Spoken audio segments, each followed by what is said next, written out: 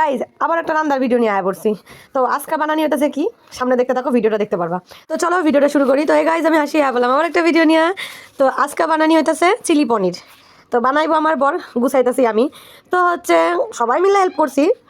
তো পেঁয়াজ কাটছি, ক্যাপসিকাম, রসুন কাটা মানে রসুন কুচি, আদা কুচি সব কিছু করা হয়ে গেছে। আর এদিক দিয়ে আমি হচ্ছে পনিরটারও ম্যারিনেট করে রাখা দিয়েছিলাম।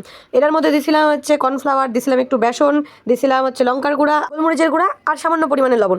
আর এদিকে মেজদি ভাইতেছে হচ্ছে আটা। এবার আটার লগে আজকে হবে চিলি পনির। এর লেগে আমি এদিকে তেলটা বয়াই দিলাম।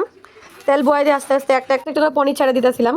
তো অনেকগুলো একবারে দিইনি, কিন্তু বেশ অনেকগুলো ভালোই দিছিলাম, তাও যেহেতু অনেকটা তেল ছিল এর লেগে।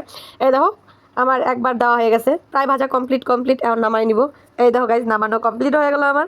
তারপরে আরও অনেকটা ছিল, এর লেগে আবারও বয়াই দিয়েছিলাম। আবারও আমি কয়েকটা ভাজা নিলাম, তারপরে যে আবারও নামাই দিছি।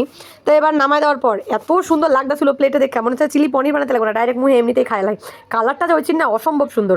আর এদিকে আমি নাই ভিডিওর কাছে আমার বর সব কিছু ছাইড়া দিছে, পেঁয়াজ যা যা কাটা হয়েছিল সব কিছু দিয়ে দিছে। আর আমার একা কি যে হচ্ছে সস এগুলো দিতে, আমি বাটির মধ্যে chilli sauce, soya sauce, tomato sauce এগুলো সব কিছু দিয়ে নিলাম।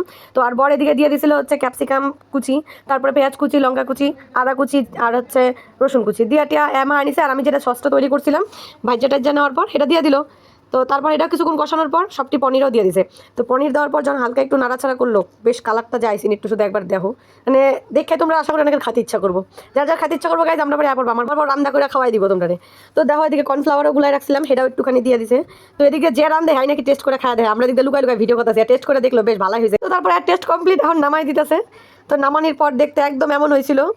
তো কার দেখে খাইতে ইচ্ছা করতেছে একবার কমেন্টে জানাই দিও, তাহলে তোমরাও খাইতে পারবা।